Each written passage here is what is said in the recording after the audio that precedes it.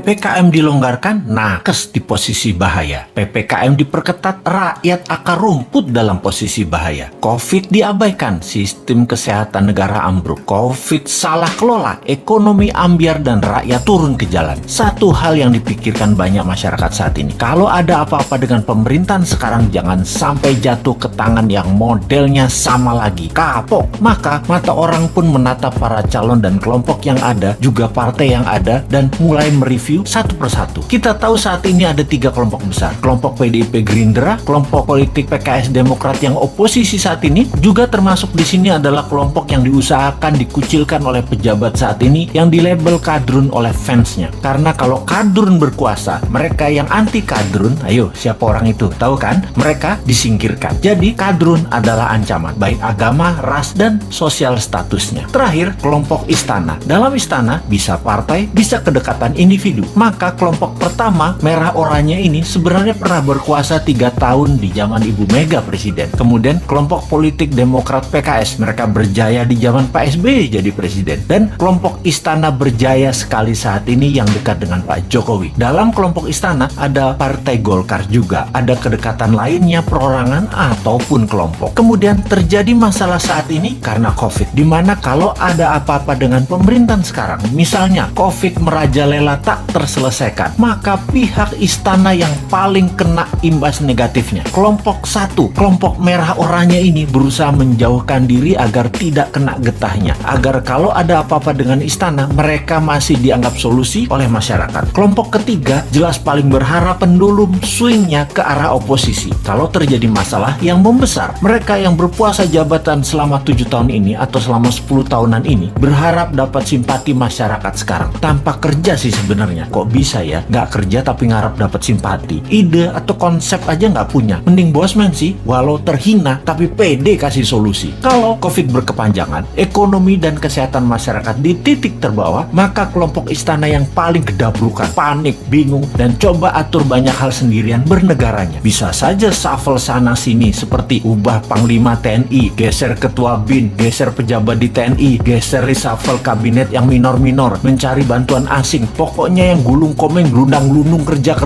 ya kelompok istana ini. Yang oposisi memanfaatkan ini semua dengan memberitakan hal-hal yang buruk di sekitar istana dan pejabat terasnya. Oposisi ini, 2 partai utama Demokrat dan PKS ditambah pasukan yang dicap kadrun, yang dicap jual agama. Itulah mereka para oposisi. Di posisi 1, mereka siap-siap ambil peluang juga agar kepercayaan masyarakat tumbuh ke arah mereka. Juga tidak dipersalahkan atas kesalahan kelolaan COVID dan jatuhnya ekonomi karena istana yang paling bertanggung jawab. Kalau istana berhasil melewati masa pelik ini selama 3 tahun ke depan, posisi 1 dan posisi istana berusaha memainkan dongeng kesuksesan ini untuk bekal 2024. Kompak lagi mereka. Singkatnya, saat ini yang namanya politikus sisa, banyak yang masih diam-diam baik untuk ambil posisi. Mau miring ke istana atau mau ikut oposisi dengungkan terus kejelekan istana, gak banyak actionnya mereka ini. Mereka ini seperti Nasdem, P3, PAN, PKB, Hanura. Partai-partai miring ke istana ini juga terasa sekali mereka lagi ambil jarak dengan istana sekarang. Deket enggak, jauh enggak, bantu enggak, ngerecokin dikit palingan. Inilah peta saat ini kalau kita persingkat. Nah, kita sekarang ke depan bagaimana? Kita sekali lagi ingatkan 3 posisi tadi, yaitu kelompok pertama merah oranye, kelompok istana, dan kelompok oposisi. Ini petanya kita tarik ke belakang. Kita lihat 20 tahun terakhir ini. 3 tahun Ibu Mega, 10 tahun Pak SBY, 7 tahun istana saat ini. Total 20 tahun. Kemudian kita list daftar calon pemimpin 2024. Para calon yang ada saat ini adalah datang dari ketiga genre politik yang ada. Sebutkanlah satu persatu. Pasti mengacu ke salah satu kelompok. Misalnya Pak Prabowo masuk kemana? Sudah tahu kan? Pak Erik misalnya masuk kemana? Pak Ganjar, Pak Anies, Pak Ridwan Kamil masuk kemana? Jelas ya? Ini pertanyaan new mind sekarang. Apakah dalam 20 tahun terakhir negara Indonesia jadi negara superpower? Apakah Indonesia jadi negara yang ditakuti dan disegani di sekitar kawasan? Apakah Indonesia jadi negara tidak import lagi dan menjadi negara produsen kelas dunia? Apakah pendidikan Indonesia terbaik di dunia saat ini? Apakah sumber daya alam Indonesia masih utuh atau sudah mulai habis tanpa membuat Indonesia jadi kaya? Bener nggak? Pertanyaannya sekali lagi, yakin masih mau sama mereka yang model kelolaan negaranya pasti sama seperti dalam 20 tahun terakhir ini? Yakin masih memilih orang yang di etalase itu semua? Berani nggak ambil yang baru, yang beda, yang timnya kuat di dalam dan di luar negeri, yang bukan genre bernegara ala 3 kelompok yang berkuasa, yang akan menyatukan semuanya semuanya di bawah kekuatan yang baru.